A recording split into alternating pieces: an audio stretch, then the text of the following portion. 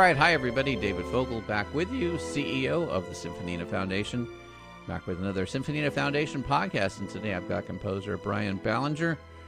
Brian, it's a pleasure to meet you. You've been entering our Symphonina competitions. You entered in the 2025 Best Symphonina of the Year competition, and your work, Cosmos, was one of the finalists with distinction from the 24-judge panel. So congratulations to you, and it's wonderful to meet you. Yeah, I'm glad to be here. Thank you. Where do we find you today? Where are you located? I live in southern Spain, Andalusia, Spain, Antequera specifically, if anyone knows where that is. It's near Malaga. So okay, yeah. And you sound like you grew up in the United States from your not Spanish accent. So how did you find your way to Spain?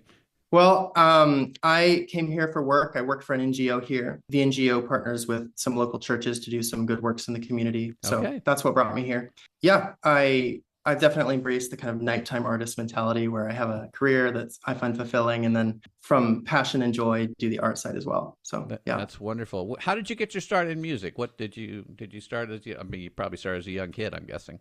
Yeah. So I was 6 years old when I started on cello, and my reason for choosing cello was pretty simple. My parents took me to a string organization through the Suzuki method, and I saw the cello and thought, that looks big. I want that. Okay. But as I've grown into it, it feels like it's come to be my voice. I really love the cello. So yeah. Did you play any other string instruments too, or did you just stay with the cello? I stayed with the cello. As I got older, when I was about 12 years old, I started on piano as well, and that really helped me with music theory and my compositional practices.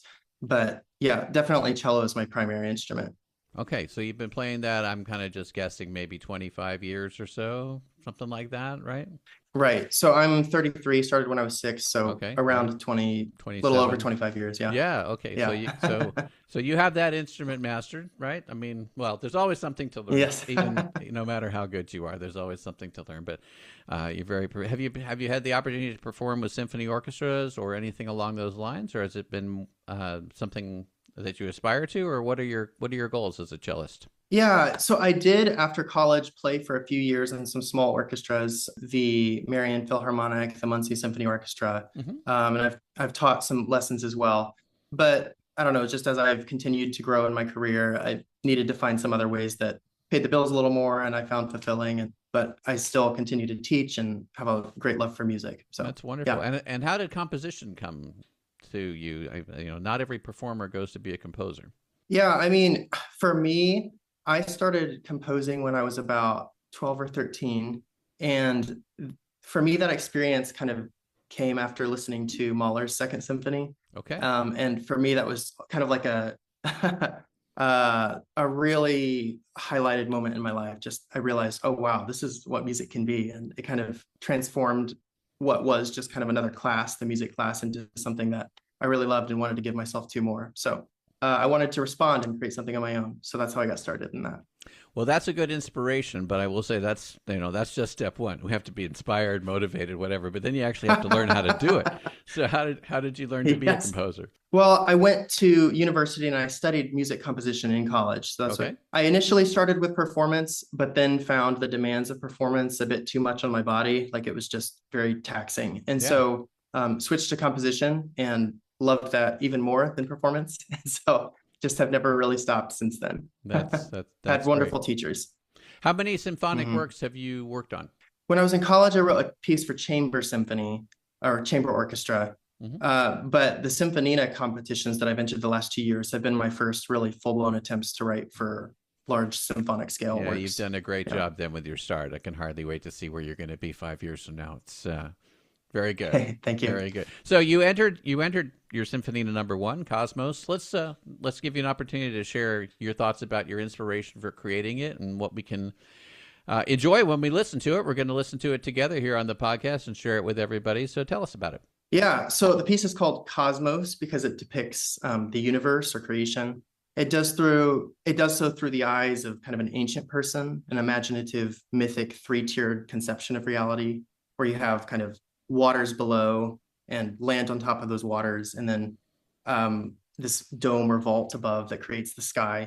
And I got inspiration to depict the universe that way from one of my artistic heroes, Tolkien.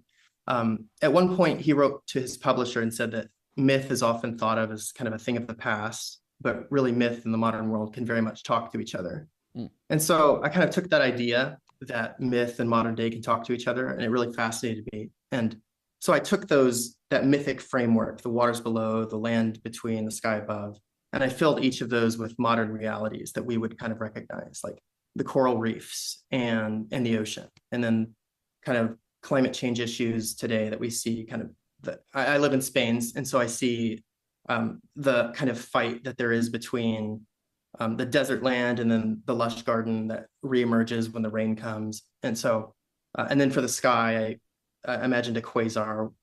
And so those are the ways that I took that mythic world and infused it with modern reality. So that was kind of the inspiration for it. Sounds great. All right, well, let's start listing. We're going to start with movement 1, water.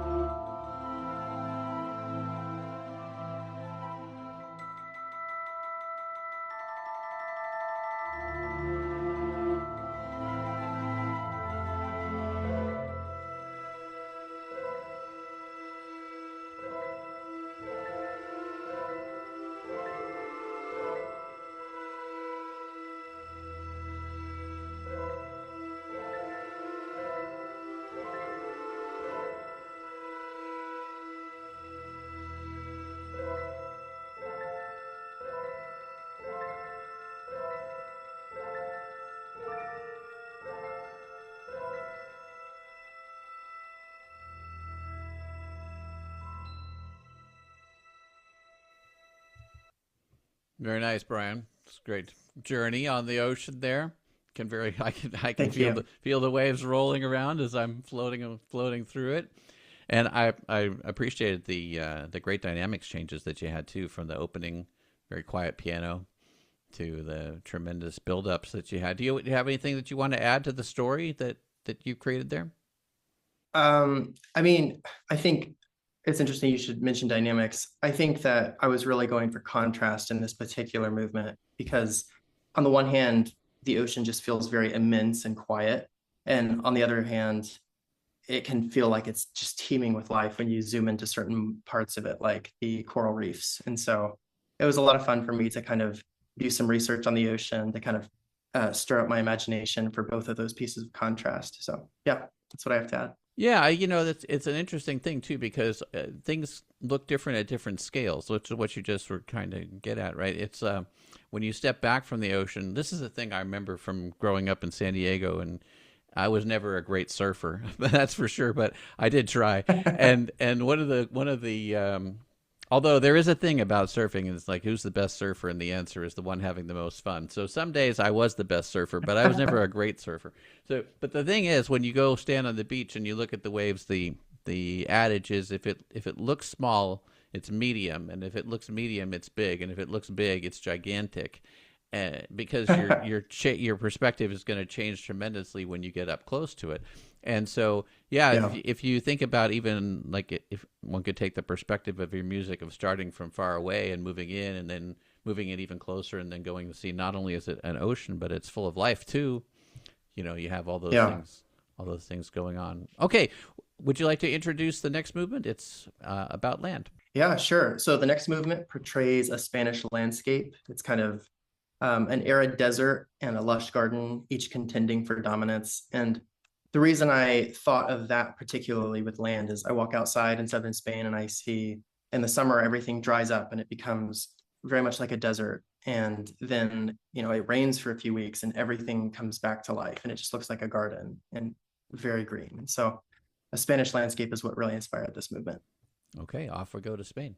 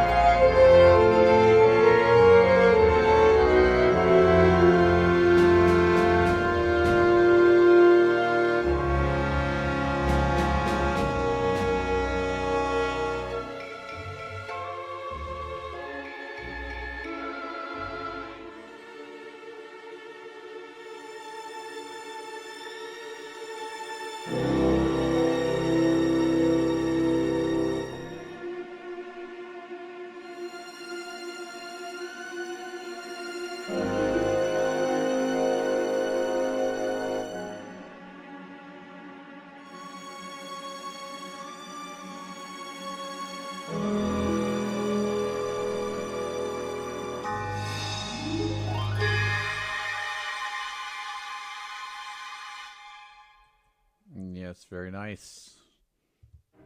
Very nice. A lot of tension in there too. Is that Yeah. is that You know, the it's funny. tension between the two seasons that you're talking about, or did you have something else that was inspiring you for that? No, it was definitely in tension between the two of those things, the garden and the desert. It's funny, when I started thinking about writing this piece, I sat down at the piano and sort of came up with this extended 13 chord. And to me, it sort of captured the tension of this wants to be really lush, but it also feels very stark. And that was kind of the inspiration behind that movement. I love the blossoming too. Again, when Thank you. I think it was measure 40 as I'm following along in the score here. This was something that the others who are going to listen to us can't do unless they request the score, which I'd be happy to share. But I think, Sure. yeah, I mean, it's again, it's like that overnight thing. We have that in the deserts here too, in Southern California, where you have a desert bloom, right? You have a rain, and then sometimes, like almost overnight, it's like, wow, where did that all come from? And I got that Yes. same feeling listening to you there. How about movement 3? Would you like to set that up for us? Yeah, so movement 3 is a quasar. And my wife affectionately told me that I needed to tell people what a quasar was because she didn't know what it was. And so a quasar is basically an intensely luminous core of a distant galaxy. And it's powered by a supermassive black hole that actively feeds on its surroundings. And Okay. so you could look up images, but it just looks like there's these beams of light coming out from either side of this galaxy. But yeah, that's the image that I had in mind when I wrote this one. So it's vast, powerful. It's much more slow to change than the other movements in its development, and that's intentional because when I think of a galaxy, I don't think of it as changing very rapidly, but it has a lot of energy with it, and so there's this kind of tug and pull between 2 against 3 rhythmically that is throughout the movement, and so that's kind of the energy that I wanted to summon up through that. Excellent. And I have one question on the score before we get started. Despite that Yeah, description sure. about all the energy, I'm noticing that we're going to start pianissimo here with the piano and the strings. So Yes. we're building up to the quasar, or what is your intention? No, I think that for me, sometimes starting pianissimo can almost have this sense of anticipation, Hmm. and more like if it's really interesting if you go look at the scores of Beethoven sonatas or something, it's sometimes surprising how often the score is marked piano or pianissimo. And I think that Beethoven sometimes knew that energy comes in suspense rather than just, the full blown fortissimo that he's so famous for. And those moments come even more as a visceral experience when you hear them because he built up to them so well. So I was kind of imagining approaching the quasar and then passing by it. And that was my experience of writing it. Sounds good. Let's go enjoy the suspense then.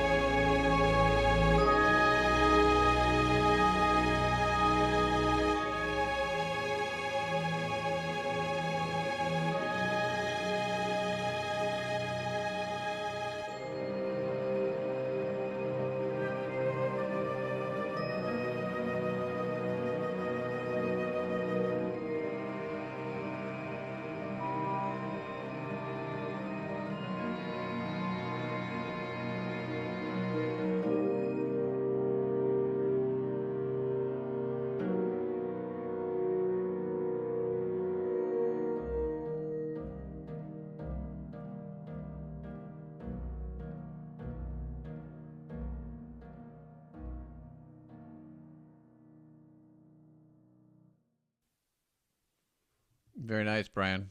Thank you. Yeah. Let me ask you about the ending that we just heard there, where you went to the pizzicato strings. Yeah. What was your intention there? Yeah, I kind of imagined passing by the quasar, so kind of approaching it and feeling the energy build and then kind of regressing from it. And so it's fading from our view. That was kind of what I had in mind when I wrote that. As we go space traveling Yes. at high speed, I suppose. Yeah. Brian, I want Yeah. before I ask you some more questions about what you're working on now, let's make sure we get your contact information out to anybody who might be interested in following up with you. Maybe somebody's heard that and would like to perform that or follow up with you on various compositional things. Sure. So what's the best way to get in touch with you? The best way to get in touch with me is probably through my website. It's called brianballingermusic.com. And so you can just find my contact information there or follow the links to any of my social platforms. Okay, that sounds good. And we'll make sure that we get that URL in your bio when we post it as well, so people can have a one click to do that.